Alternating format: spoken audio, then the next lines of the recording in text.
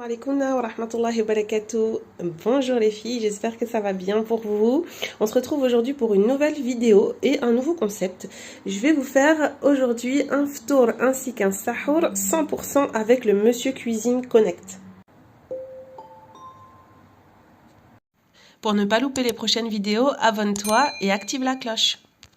Le Monsieur Cuisine est allumé, je vais vous montrer les recettes qu'on va faire aujourd'hui. Tester la recette de base de brioche. Ça, ce sera pour le petit-déj. On va faire un poulet satay aux arachides avec des gnocchis maison. Le dessert, une petite panna cotta au citron. Utile que je vous présente le Monsieur Cuisine. Donc c'est un robot qui fait concurrence au Thermomix et qui, du coup, de par sa concurrence et son niveau, a eu le droit à un procès de Thermomix. Lidl a eu un procès de la part de Thermomix pour arrêter de le commercialiser. Donc voilà, il va se faire de plus en plus rare. Vous pourrez peut-être en trouver d'occasion sur le Bon Coin, etc. Mais apparemment, on n'en retrouvera plus dans Lidl. Moi, celui-là, je l'ai acheté en 2020, en juin 2020. Donc, je m'en sers pas souvent. C'est vrai qu'en ce moment, je m'en sers un petit peu plus que d'habitude. C'est d'ailleurs pour ça que j'ai pensé à faire la vidéo. Mais c'est vrai que sur Instagram, d'ailleurs, si vous n'avez pas mon Insta, je vous invite à me suivre. J'avais fait une petite critique assez salée du Monsieur Cuisine parce qu'en effet, je trouve pas que ce soit quelque chose d'indispensable. Acheter un robot à ce prix-là, franchement, une cocotte fait l'affaire et la fait bien. Oui, l'avantage du Monsieur Cuisine, c'est que lorsque on va y cuire quelque chose, on va le laisser, on n'aura pas forcément besoin de le surveiller et ça va rester au chaud, etc. Donc ça, c'est vrai que ça fait partie des gros avantages. Après, si vous êtes aussi en manque d'inspi au niveau des recettes, vous avez pas mal de recettes à disposition.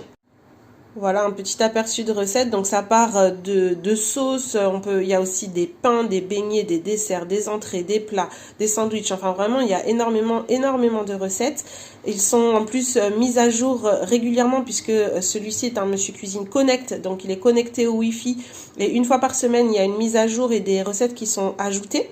Mais c'est vrai que je trouve que quand on fait une recette, on perd parfois un petit peu de temps, puisqu'il faut suivre étape par étape, mais vous allez le voir au fur et à mesure de l'utilisation. Vous êtes plutôt Thermomix, Monsieur Cuisine ou cocotte tout simplement? Dites-moi en commentaire. Donc là, je vais commencer par faire la panna cotta au citron, puisque ça aura besoin de poser, donc je vais commencer par le dessert. Ensuite, je ferai la brioche, les gnocchis et je finirai par le poulet. Donc, pour la recette de la panna cotta, je l'ai trouvée, c'est tactile, hein. J'ai juste à cliquer ici. Ensuite, je vais bien vérifier que j'ai bien tous les ingrédients, mais vous inquiétez pas, j'ai déjà vérifié.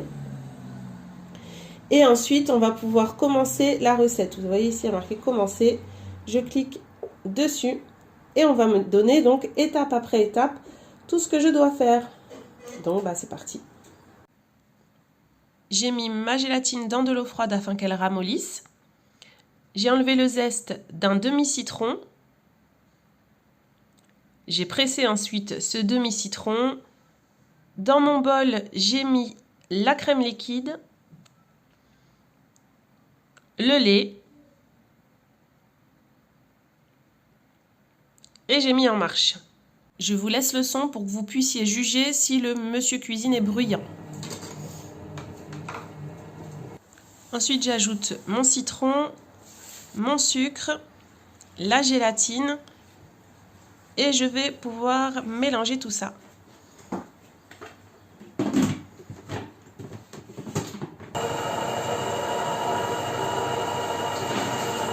Je vais mettre la préparation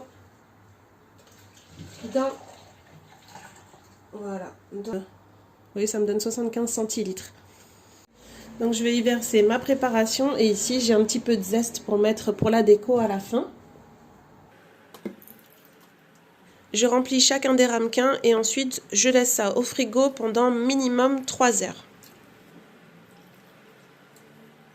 Avant de passer à l'étape suivante, la partie la moins drôle, hein, le nettoyage. Mais donc c'est assez facile avec le Monsieur Cuisine. Si vraiment mon robot avait été très sale, j'aurais pu mettre la fonction rinçage.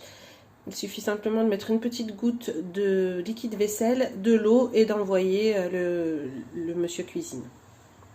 On va maintenant passer à la brioche. Les mêmes étapes, je sors mes ingrédients que je vais retrouver ici. Je ne vous ai pas montré Mais la recette, on peut la regarder ici à l'écrit ou alors ici pour défiler.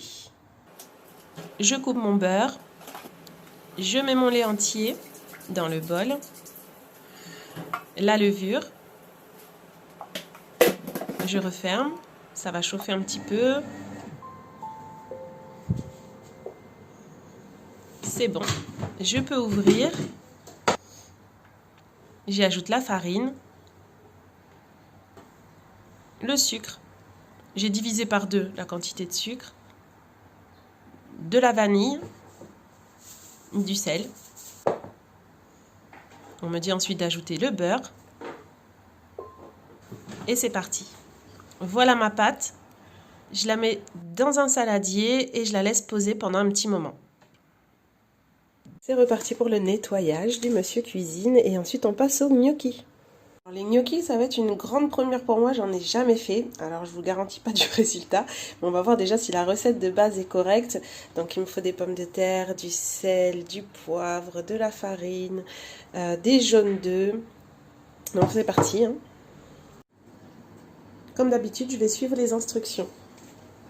Je mets l'eau, j'épluche mes pommes de terre. Je les coupe ensuite en 4 et les ajoute dans le panier. Voilà, mais toutes mes pommes de terre sont placées dans le Monsieur Cuisine. La cuisson vient de se terminer. On me dit ensuite que je dois retirer le panier cuisson, vider l'eau et ensuite laisser refroidir les pommes de terre pendant toute la nuit. Alors je ne vais pas laisser refroidir pendant toute la nuit, mais je vais laisser pendant quelques heures le temps que mon poulet cuise. Du coup, je reviens sur ma recette de ma brioche. Je vais beurrer mon moule, dégazer la pâte et en faire des petits pâtons et les mettre à l'intérieur de mon moule.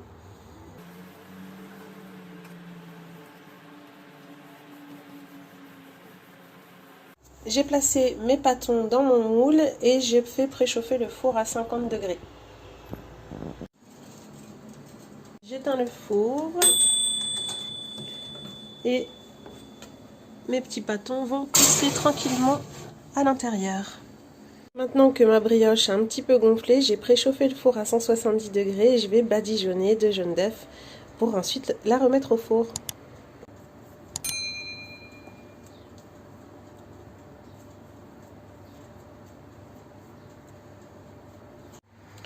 Je reviens sur mes gnocchis. Alors je vais mettre les pommes de terre hop, dans le mixeur.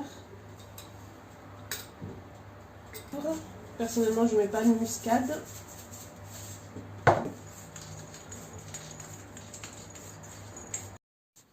Après avoir bien fariné mon plan de travail, je vais former des rouleaux que je vais ensuite découper en petits morceaux d'environ 1 cm, 1 cm et demi, et à laquelle je vais donner une forme avec une fourchette. Alors, je viens de regarder sur YouTube comment on doit faire notre petit pâton, notre petite boule. Donc, on fait bien la petite boule et on doit la passer comme ça sur notre fourchette. Alors, moi, j'arrive pas trop, mais c'est pas grave. C'est le goût qui va compter. Donc, j'ai tout ça à faire. C'est parti. On se retrouve après. Alors, je viens de voir une autre façon de faire sur YouTube qui est beaucoup plus simple. Hein. Plutôt que de se casser la tête à mettre comme ça. Faire glisser sur la fourchette, simplement comme ça en venant appuyer notre fourchette dessus. Alors oui, c'est plus rapide, c'est clair. J'ai mis à ébullition de l'eau salée et je vais venir éponger mes gnocchis. Et quand ils remontent à la surface, c'est qu'ils sont bons. Donc j'espère qu'ils vont garder leur forme avec la fourchette parce que franchement, c'est galère. C'est vraiment galère. Bon voilà, ce n'est pas du chou-fleur, ce sont mes gnocchis, ils ont vraiment pas la bonne forme, c'est pas grave, ça sera quand même bon. Du coup ils sont à la surface, alors je vais pouvoir les égoutter, les enlever de là. Ce qui me reste, je ne vais pas me casser la tête à faire la trace avec la fourchette parce que comme vous voyez, ça n'a rien donné et ça m'a pris beaucoup de temps. Je vais juste faire des petites boules que je vais mettre, voilà, ce sera des petites boulettes façon gnocchi. Hein. Donc au niveau des gnocchis, c'est vraiment un fiasco. Je les ai placés comme ça sur le torchon pour qu'ils puissent sécher un petit peu sans être collés les uns aux autres parce qu'ils étaient en train de former une boule de nouveau. Donc super. Dites-moi en commentaire l'erreur que j'ai faite, pourquoi j'ai loupé mes gnocchis. En tout cas, plus jamais. Hein. Ça c'est clair que je ne suis pas sûre d'en refaire. Donc là, il me reste encore quelques boules à mettre dans la casserole. C'est parti.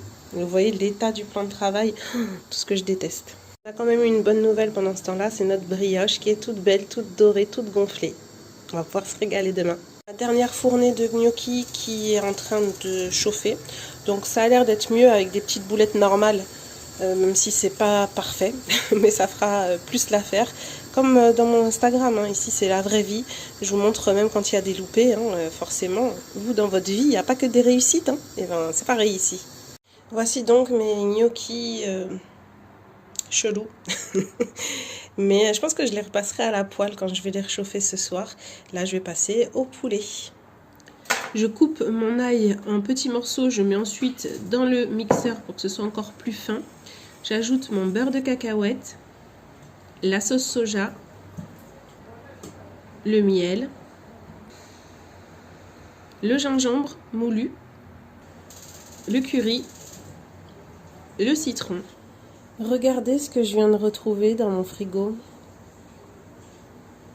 C'est peut-être pour ça que j'ai loupé mes gnocchis. Erreur fatale. Donc, si vous suivez la recette, n'oubliez pas les jaunes d'œufs. De mon bol, donc elle est là. Parce qu'après, je vais badigeonner mes poulets avec. Je vais donc badigeonner mon poulet avec la préparation. Donc, je fais avec les mains.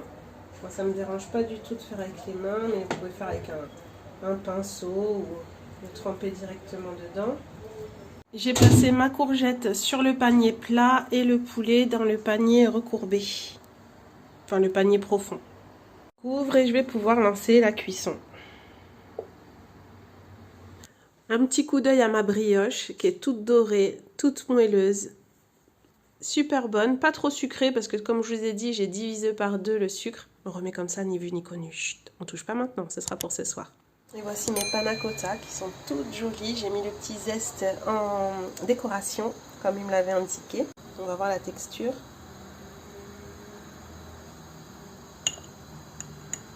Parfait.